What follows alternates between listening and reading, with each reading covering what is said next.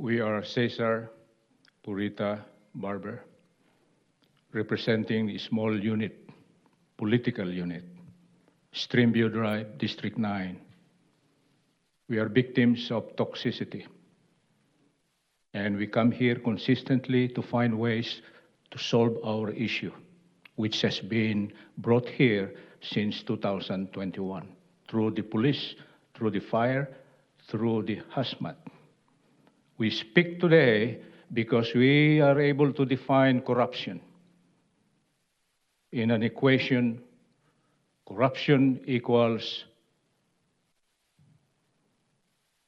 monopoly plus discretion minus accountability. Sir Whitburn, we are supposed to attend your meeting at this Pacific Highway County about local governance. We were lucky to catch up with this meeting because this is the core to solve all our miseries as citizens and taxpayers. Your time has concluded. Thank you for that concluding comment, though. Cesar Javier, I look at your eyes. We observe your body language. How could we provide honest and wise inputs when we have not learned about all this item? Where is justice? Where is Brown Act? How will I give my input as public, victim of toxicity, when I do not know what's going around? Mr. Chair, clerk, attorney, could you give justice? We want to hear the presentation first, and then we give our honest and wise judgment. Thank you. Yeah, I would like to echo the words of Cesar. You guys do this a lot. You waive presentations, and it's not always just for you guys. If there's somebody that wants to attend the meeting and be in there and learn about what's going on in their community so that they can make a public comment to give you guys an idea of whether or not they approve, you're actually disenfranchising them and keeping them from doing it unless they go and read an extensive agenda. And I think that you need to be more mindful of that. I mean, that was happening a lot with Sean, but the fact that you continue down this path, I think that you need to understand that it, again, isn't really for you guys. I mean, you guys already get your notes, you know what you're going to say, and, you know, people deserve to know, if they wanted to know why you need to extend this contract, because that's also something that you guys do. There'll be not to exceed contracts at past a certain time, and you're always exceeding that time limit. And, you know, you should be, so that if somebody wants to watch this meeting, they would be able to watch it from start to finish. They would understand what's going on instead of you going, we're not going to see this presentation, we're going to take public comment, we're going to talk about it and vote. But the people don't really have the information to determine whether or not that was a sound mind decision that you made. So I just would hope that you would start to look at this and understand, again, that this isn't for you guys, but it's for the people. And if you want the people to have transparency and accountability and clarity, and understand that you're not engaging in fraud, waste, and abuse, the more transparent you can be with the people, the more trust that you're going to have. But the more you want to hide stuff and not have the people be able to understand things fully, it's very negligent, and it just shows that you don't really care what the people have to say, that you're in there to just do business, and as long as you can get it done quickly, you guys are good to go. My name is Ernie Casco. I'm a local resident, senior pilot at Torrey Pines Glider Port, former La Jolla Town Council Board of Trustees. I was on Torrey Pines subcommittee. I'm sorry. We have a problem with the leaseholder exploiting recreational free flight. Ernie, that's not agenda public comment, and we'll take that up later today. So hang on. Hi, thank you. Blair Beekman. Thanks for this item. I mean, it is basically the idea is that we've been working on accountability with flood issues, and this is the kind of efforts you were doing before flood issues, actually. So there wasn't a presentation by city government. I'm sorry about that. As it was mentioned, when you don't give city government staff presentations, maybe, you know, I know you guys like the efficiency process, but maybe when that happens, there can be a way that city council can offer a few words on the item itself. It's nice that you take public comment and then you want to hear public comment. For city council to then offer a few words just adds a certain amount of care to the item, and that we're, kind of trying to make sense of it in some way. We are really working on accountability issues with these, sewer issues and water treatment issues. So it's important. I hope our city council can offer a few words, at least, for this sort of item. And other than that, thank you for your time. Good afternoon, council members. My name is Jesse Ramirez, and I am the Director of Urban Planning at City Heights CDC. Addressing the housing crisis and displacement is an organizational priority for City Heights CDC. When we talk to our residents, the number one thing we hear, it's too expensive to live here, or all of my neighbors have moved away.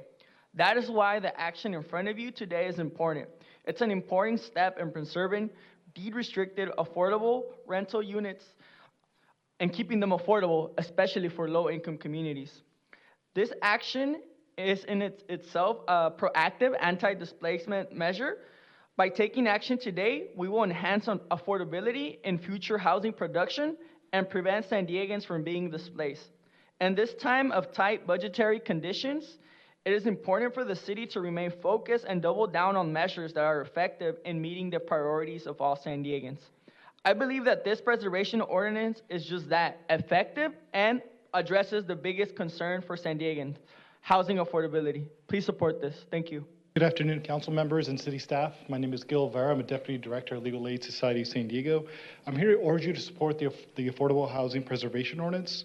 With the existing scarcity of affordable housing, we cannot afford to lose any of our affordable deed-restricted housing as covenants continue to expire every year. Legal Aid is the recipient of the Eviction Prevention Program funded by the City of San Diego. And through the work we provide under the EPP, we have been seeing more and more evictions for non-payment of rent. What we are seeing is a housing affordability crisis. Tenants simply cannot afford their rents and are at risk of homelessness when they have an unexpected expense or a reduction in income. And this is why the Affordable Housing Preservation Ordinance is so crucial and why preserving affordable housing is so crucial. Every affordable housing unit loss results in another household becoming rent burdened and increasing the risk of them falling into homelessness. There's no one solution to solving our affordable housing crisis.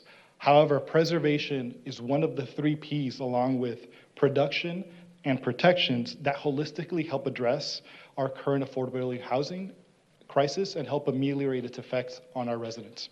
Thank you. Good afternoon, City Council members and City staff. I'm Joanne Franciscus. I'm the CEO and Executive Director of the Legal Aid Society of San Diego. Legal Aid provides free legal services to low-income San Diegans. We have more than a dozen practice areas, but in any given year, more than half of our cases are housing related, most of them tenants facing eviction because they cannot pay their rent.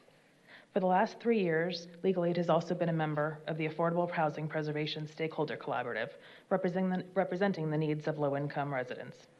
With rising cost of living and an insufficient housing supply to meet the demand, particularly when it comes to affordable housing, a multi-pronged strategy is needed to address the housing crisis and prevent further homelessness. The city is losing existing affordable housing units faster than it can build them. Moreover, preservation of affordable housing is more cost-effective than producing new units. Immediate action is necessary to preserve existing affordable housing.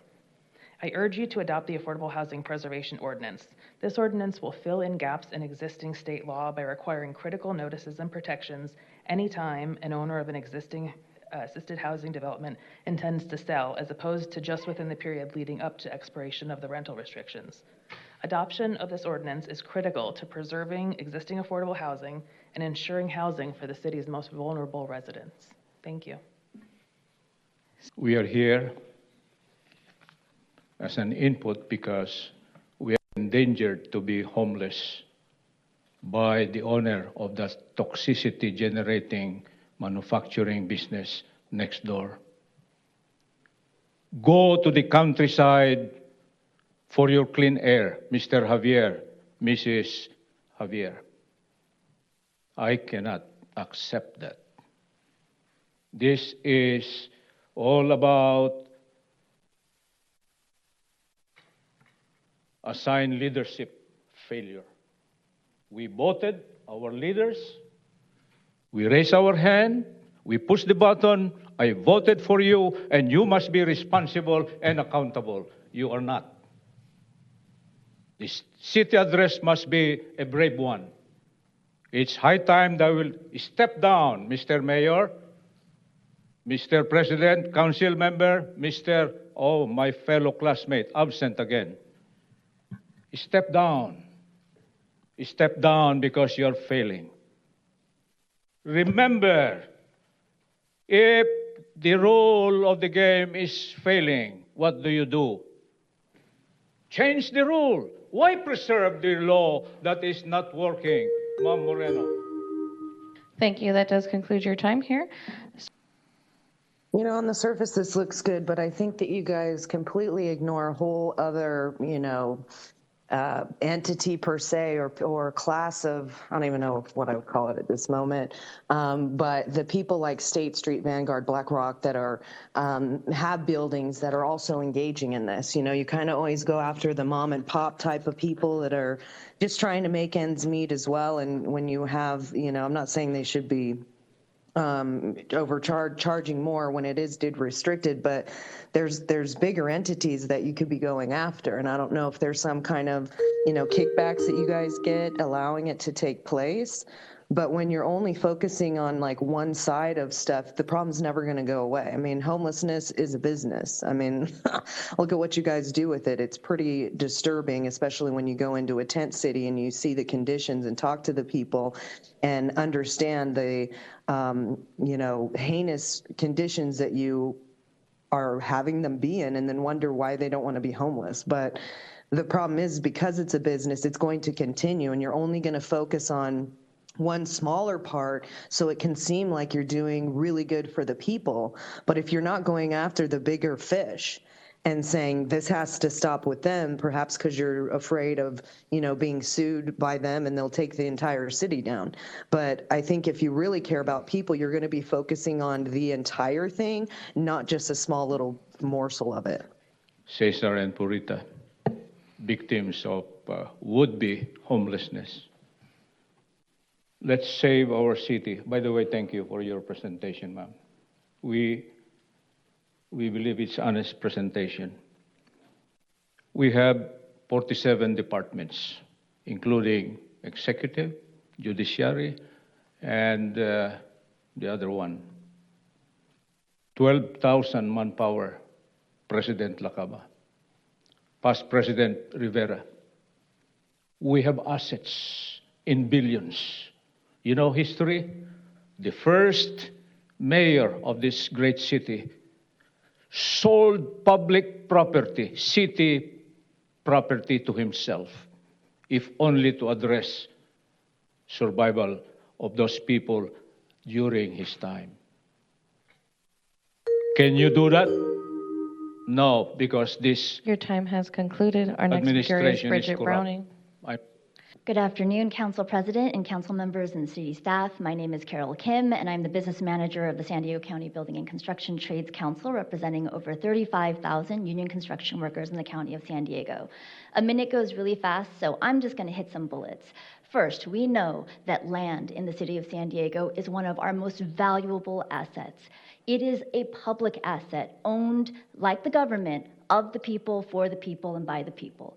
We should be utilizing it to support provision public services.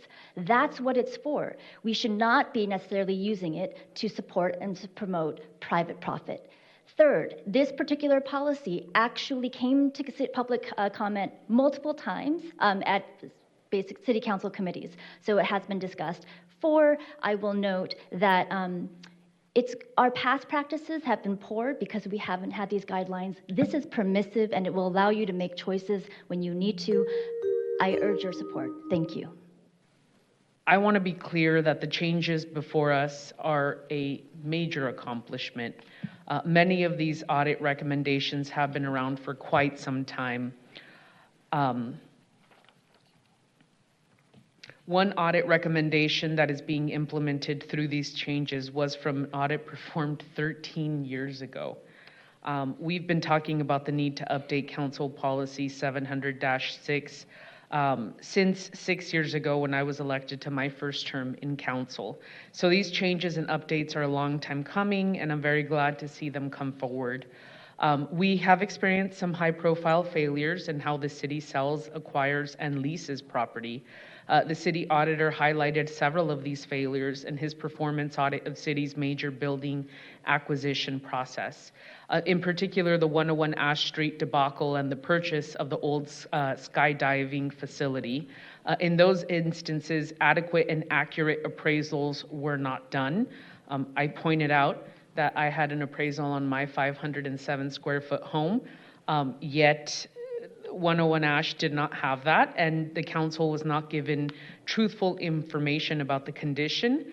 And furthermore, the city entered into an inappropriate agreement with someone to facilitate the deal who had a clear conflict of interest because they were set to profit off of the proposed acquisition. There were no guardrails to stop any of this from happening.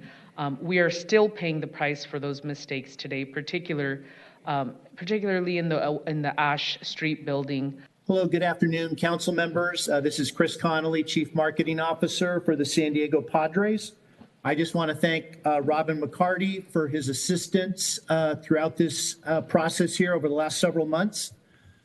Robin emailed me on December 20th and asked me to be ready to present next Tuesday, February 11th at 2 p.m. and be prepared to be the initial agenda item on the council review. So given that date of February 11th, I have planned for next Tuesday, former Congresswoman Lynn Shank, planning to attend, La Jolla community leaders, and approximately 50 homeowners surrounding this massive development who would all like to participate in the appeal hearing. And unfortunately, my attorneys and I did not receive a notice for today's hearing, and I am kindly requesting a continuation for the appeal hearing. Thank you. Would staff like to respond to any of that? Yes, I apologize if there was any miscommunication, but the project was noticed appropriately for today's date.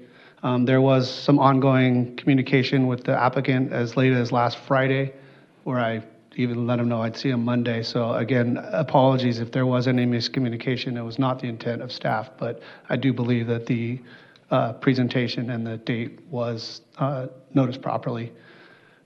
Should have been saved. Whether to continue this is really up to the council. This item was heard by the Planning Commission in September. It is a publicly noticed hearing for this afternoon. I'm not inclined to support a continuance, but I defer to my colleagues on that. It is regretful that they had lined up individuals, but it has been publicly noticed for today, and we did receive the PowerPoint presentations earlier today.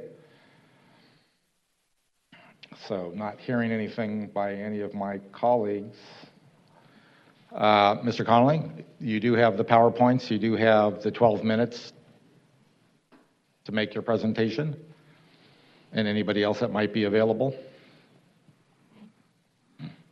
So are we denying the continuation? Because I received no correspondence either through email or through snail mail suggesting today would be the hearing.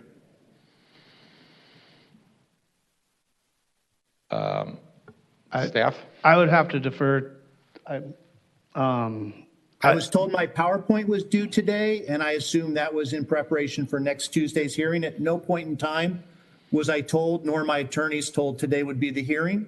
And I have none of the homeowners, Lynn Shank, and community leaders. No one is in attendance today to speak on behalf of the project. Again, my apologies if there was miscommunication. I do have a correspondence from an interested party that did confirm today's date and was aware that the meeting was today, so I assume that the notice went out correctly. And I apologize that the appellant did not receive the notice, and I'm not sure why that would be the case.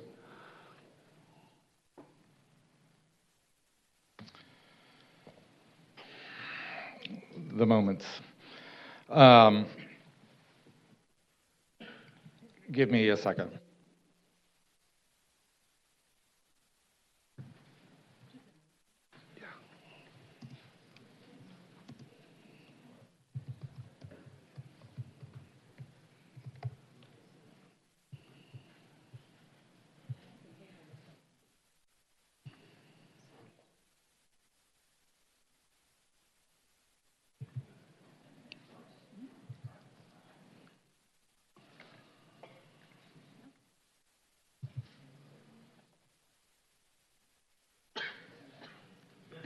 Here's the list.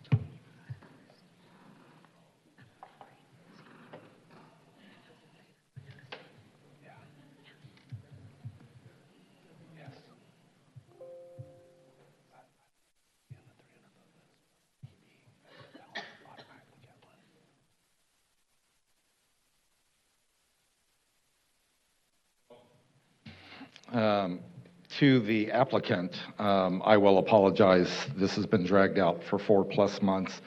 But if I understand, staff can actually confirm that the appellant actually got the public notice. You have no way to verify that? We are looking at the list as we speak. Okay. But there is a chance that the appellant lives outside the 300-foot radius, which is the noticing area. You wouldn't send a notice to the appellant? Well, that's the procedure, so I'm trying to verify that now. Okay.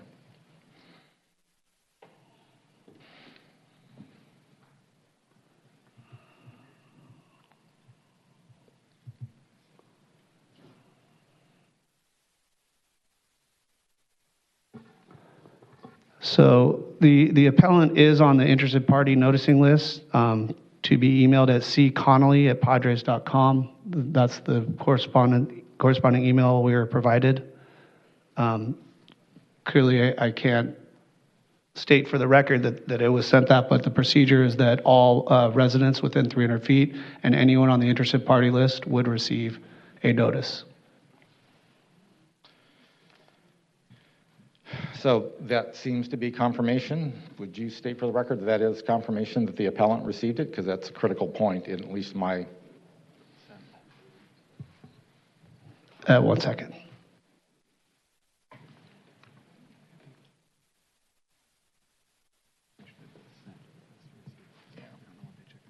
Yeah.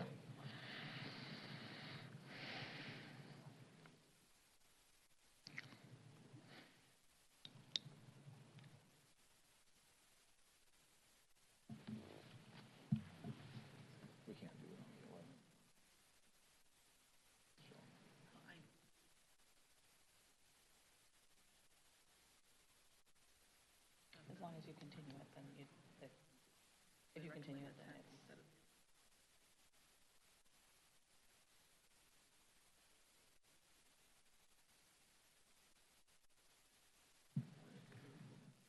Okay.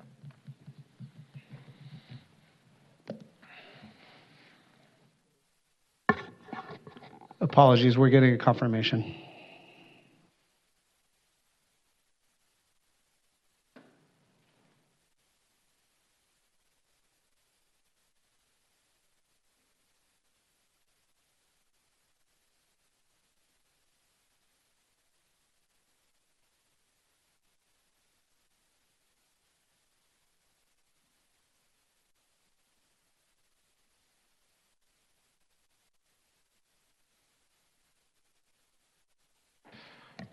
Okay, while I'm just willing to linger, apparently it is better protocol to take a 5-minute recess. Please stay close.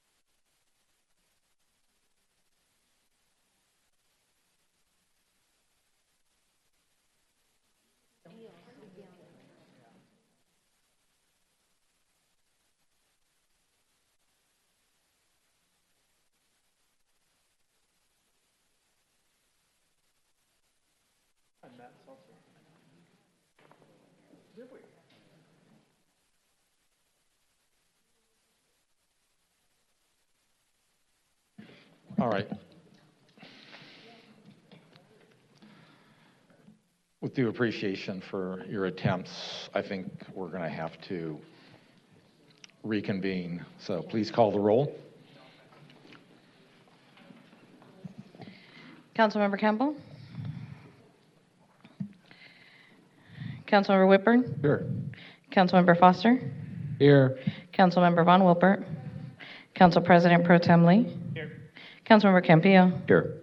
Councilmember Moreno? Present. Councilmember Elo Rivera? And Council President LaCava. Present. Okay, given the circumstances that we have, I'm going to make a motion for a continuance. February 11th does not work because of a very full agenda that day, and given the appellant's suggestion about how many folks would show up.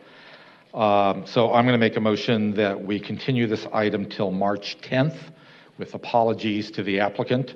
If I can get a second, then we will go to public comment. We have a second by Councilmember Whitburn. City Clerk, go for public comment on the continuance. Cesar Javier, if you can please come forward. And then, sorry, but I can confirm from my staff that we did send to the notice of interested parties through Constant Contact as it was sent to us, the list. Yeah. Cesar, please come forward.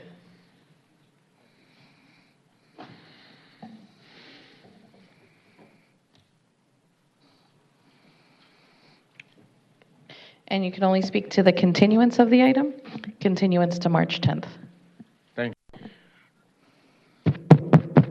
Thank you. Thank you. We are learning. Good afternoon. And we are helping our city. We are saving our city by hearts and in mind.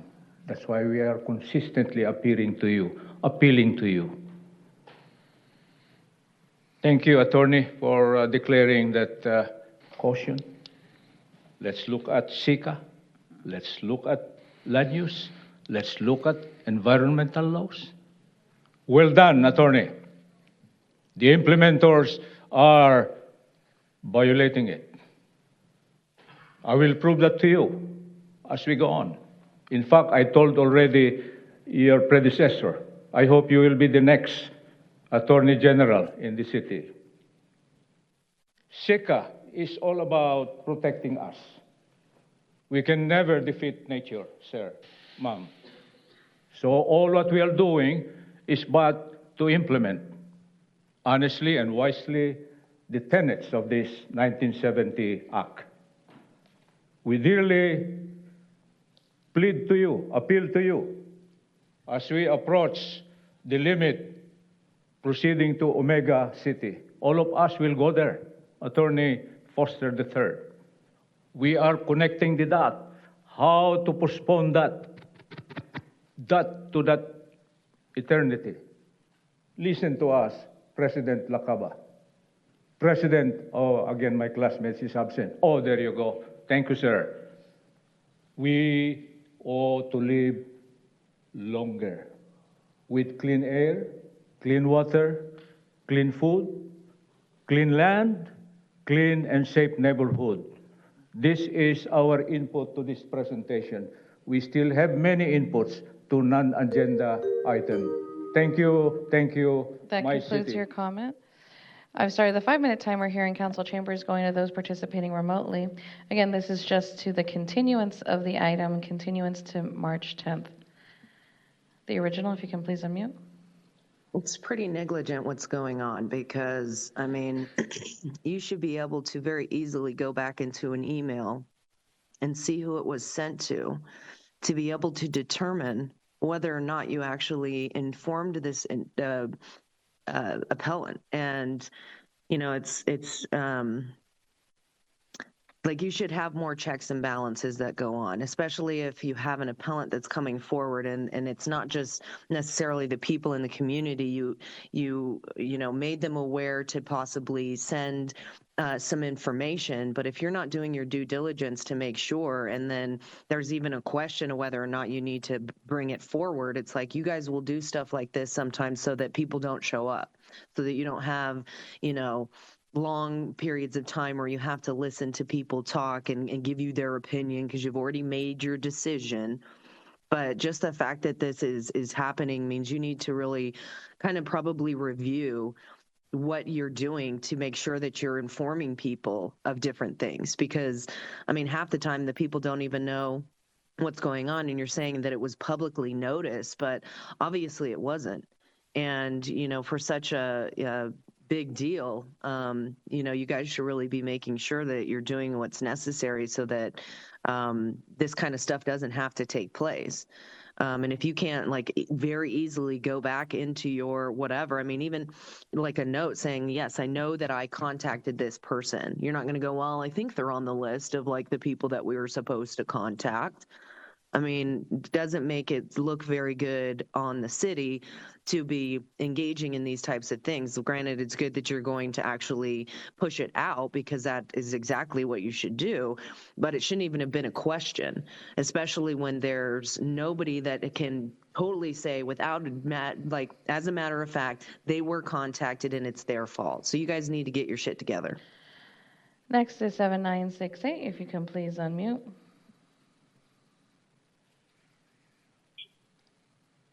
Thank you, City Clerk Fuentes. I'm at a sidewalk cafe, so I hope it doesn't get noisy. Joy Sunyata, District 3. This is amazing. I'm starting to really get interested in these appeals. I never used to be interested, but it's very valuable for the public to listen to these. I'm against the continuance. No. I think that there are stumbling blocks, and let's look at them for a minute. First of all, I feel that the staff did the right thing, and I believe the city clerk gave some good evidence. I hope I'm right on that. So I feel that it should have been, could have been, would have been heard today. And for all the people that are out there in the community that are fighting this, come on, join us and hold hands and be together, would you? You're not fighting. There's open space. The responses by the staff were so wonderful. Don't you know about those responses? They're enough to convince any smart, intelligent person. So, and Padres, I love you. But anyway, I'm against this continuance. But we are stumbling, and don't we stumble all the time? So let's hold hands and do the best we can and keep it going. But I wish we weren't doing this continuance. And let's not do it again. Let's polish it up, okay? Love you all. Blair Beekman, if you can please unmute.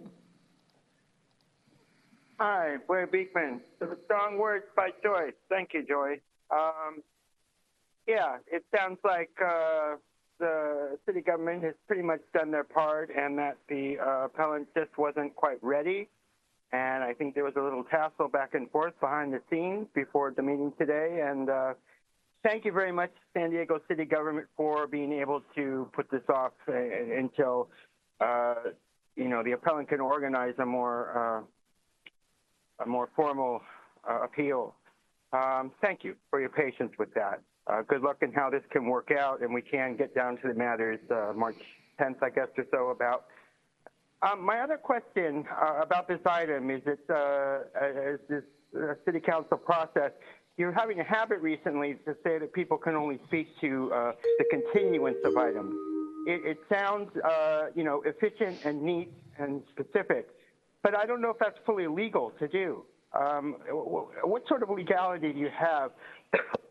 Because I would like to speak, evacuation items were talked about on this item today that I felt weren't very well talked about. And I wanted to speak on that, but the way you described that we can only speak to continuance items, I don't think that's quite a fair way to work. I think if items are agendized and there's a city government presentation that should allow a certain amount of public comment. And I just wanted to ask that for the future of the continuance process, that it's very neat to say what you're saying, but I don't think it's fully legal or accurate in Brown Act work, but I'm not sure.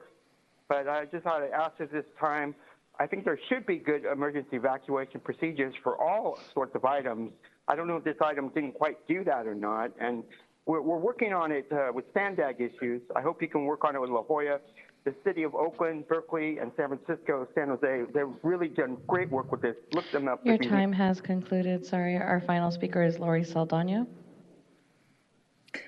Yes, thank you. It's fascinating that this is coming up a week after a very different community flooded the chamber to appeal their lack of notice on a project or on a change to the city ordinance. I support this extension, and I think it's fair that a person, if you cannot provide evidence that a person received the date, that they should have time to get the people together who are organized to speak on this.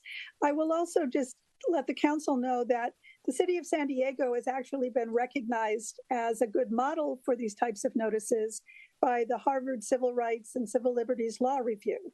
And just last year, they used the city's ordinance on as a model ordinance of how to notify people of these types of projects and changes in development. So it's very interesting when I read the model ordinance that they recommended, based largely on San Diego Zoning Code Section 112.032, notice by mail, that the people who wrote that journal article at Harvard thought that this was sufficient.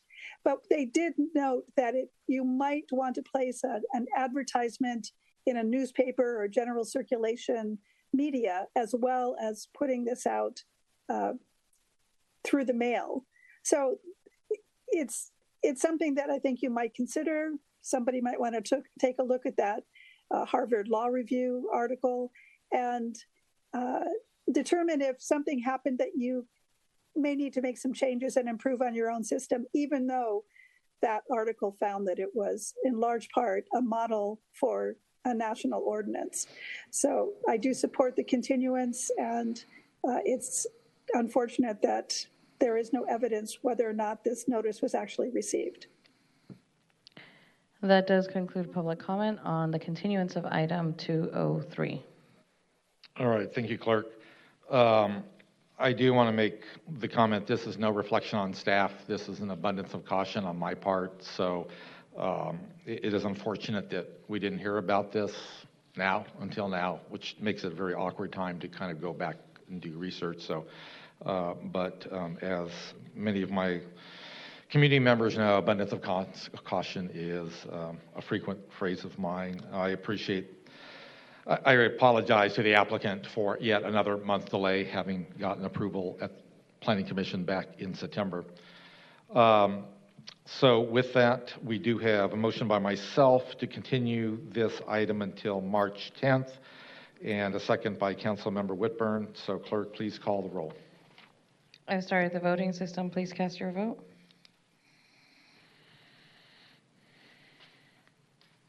That passes unanimously 8-0 with Councilmember Campbell absent.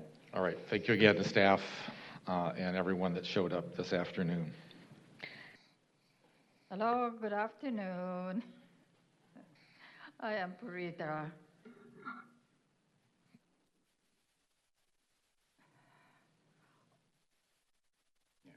The city mayor, city council, members, city attorney, city development,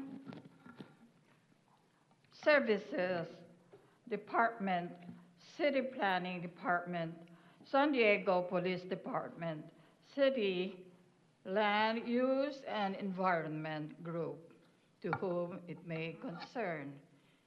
We, the residents of the Chollas Parkway,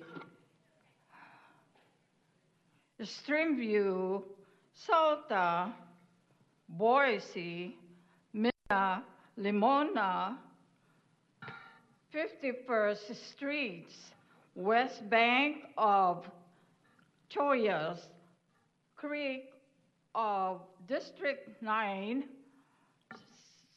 certified and report that the home business at 5238 Streamview Drive, ceramics, manufacturing and kiln industrial operation has been operating since December 17, 1984, and renewed December 31st, 2024, in our community designated as residential zone.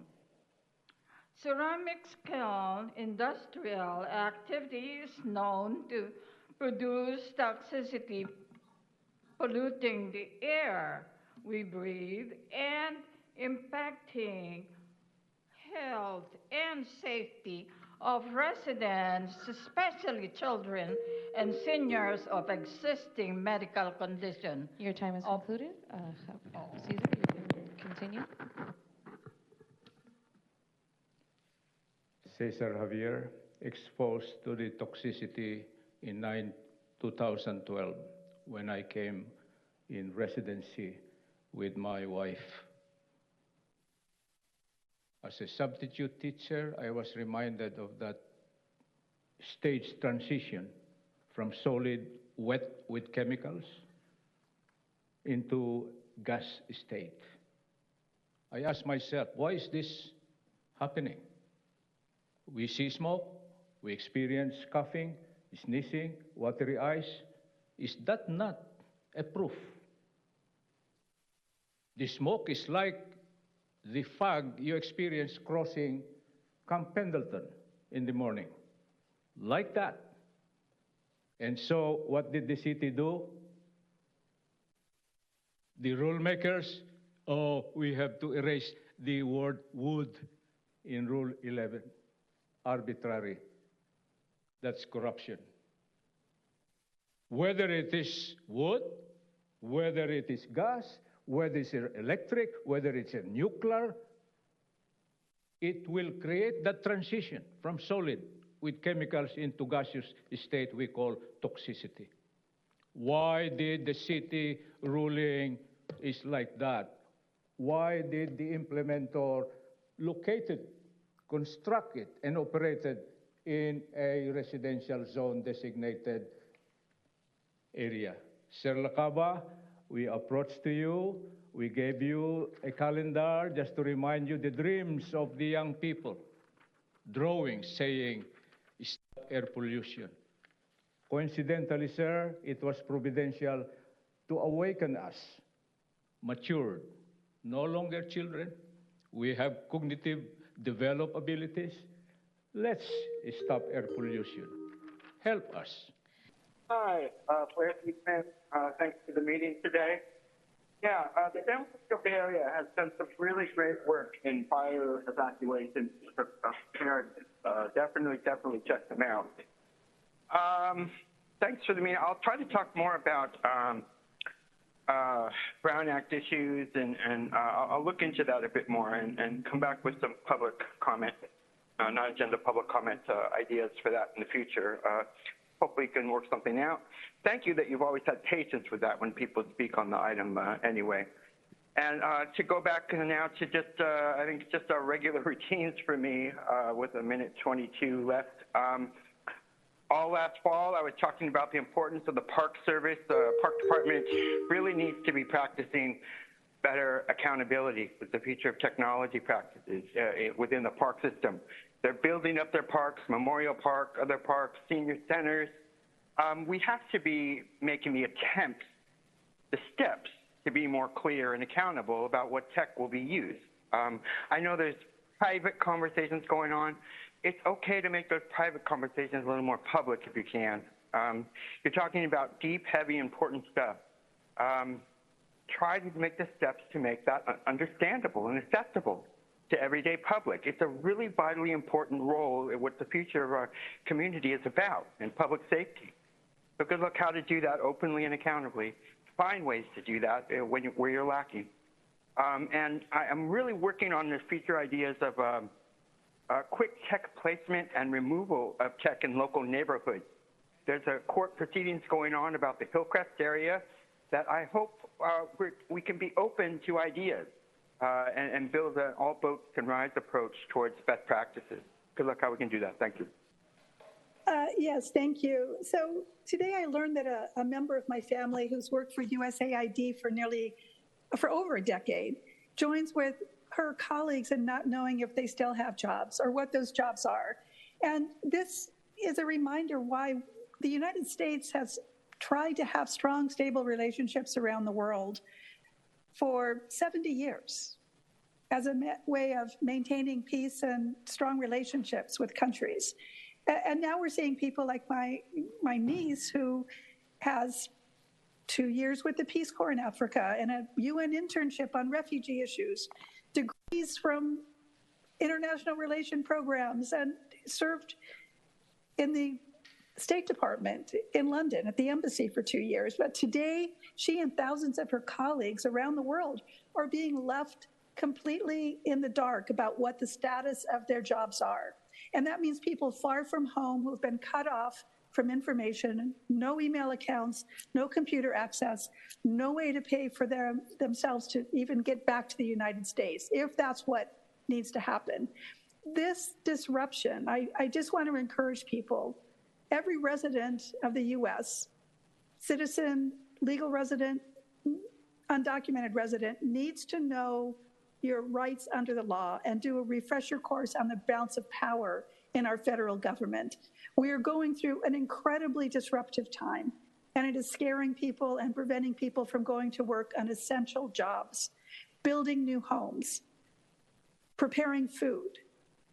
So I really want to encourage people to know your rights under the law and be ready to assert those rights when you feel that things are being disrupted in ways that are unfair and illegal.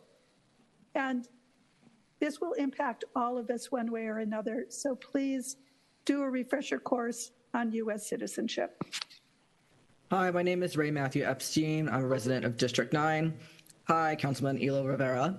I'm bringing to council's attention, due to some discrepancies and transparency to our residences, that I'm asking you to please move these 2 p.m. city council meetings to after standard working hours at 5:30. Many of our residents, including everyone I'm basically related to in the city, can't attend these council meetings because they are during work hours. These are important decisions that you all are making during times where people can't see, can't understand, can't get the information that is necessary. And as you know, doing it as your full-time jobs, it's a lot of work to keep up on things as is, never mind be basically barred from participating in our public processes. Also, given the events that are happening in the federal government right now, it is more important than ever that San Diegans have their voices heard on the local levels for concerns that impact their very lives. So please consider changing the time of these meetings and working to have more transparency from city governments so that we are able to participate with fairness and legality. Thank you so much for letting me speak. Hi, thank you. As a public health advocate, I came to call attention again to sobering data related to rising rates of marijuana-related emergency room visits. The Drug Abuse Warning Network just published data showing marijuana is implicated in nearly 12% of drug-related ER visits, with young adults 18 to 25 having the highest rates, followed by those 26 to 44. An earlier speaker referred to San Diego physician Dr. Ronit Lev. She has repeatedly warned about San Diego marijuana-related ER admissions, including cases of cannabis hyperemesis syndrome that overcrowds ER rooms, sometimes to the detriment of other patients. Dr. Natalie Lobb of British Children's Hospital continues to warn about rising rates of young children accidentally ingesting marijuana, which she calls a public health crisis and an ER admissions crisis. I call attention to alarming ER admission trends because they underscore a flood of reports of a deeply flawed, inadequate system for regulating cannabis and THC, for protecting consumers, and for controlling the sale of unauthorized THC-infused products in retail outlets. Emergency DUI regulations and notifications to store owners selling harmful, misleading products tell them that they could face felony charges, and these are a step forward, but not enough. Disturbing ER data speak loudly to regulatory flaws and to last year's grand jury report that the city really needs to assess legalization's impact in a comprehensive way. I urge this council to make that assessment a priority. Thank you. My name is Kelly McCormick. Tomorrow is World Cancer Day. As a public health educator, I would like to highlight some of the underlooked contributors to cancer. Marijuana users show double the rate of testicular cancer in a study published in the journal Cancer.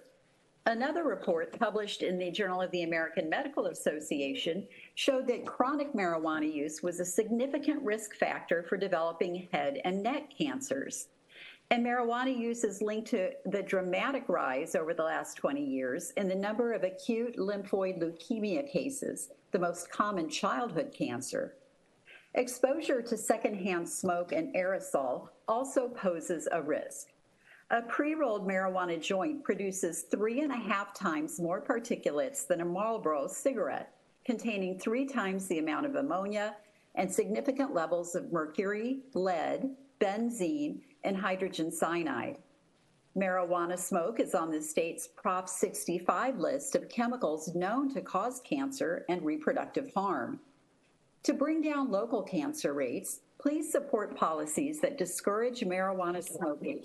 Support a ban on smoking and vaping in multi-unit housing properties, and protect smoke-free workplaces, which are under threat by the marijuana industry.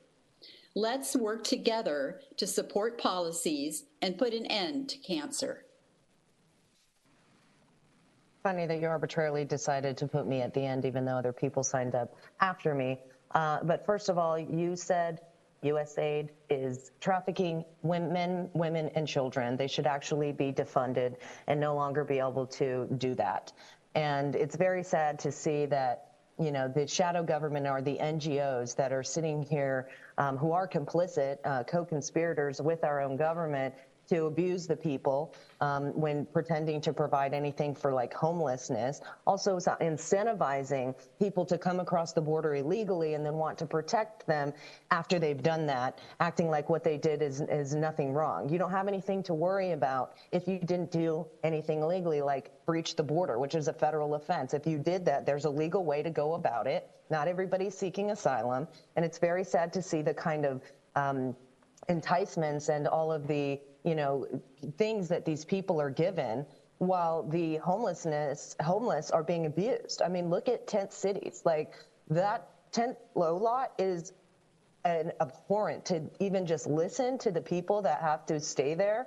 And you guys wonder why people don't want your services is because you're putting money, like all of these NGOs need to be audited and immediately defunded. Because what you're doing is you're giving them money and they're being like, it's out of my hands, all while they abuse the people just to get money. And then we do a point in time count so that more federal funding can come to further abuse the people. They don't want to eat the food that's there because it's crap. It's not something anybody would eat. It's not something healthy for them to be able to, you know, build their bodies up and be able to like thrive. I mean, they're living in moldy tents that they'll bleach just so that they can not live in the mold.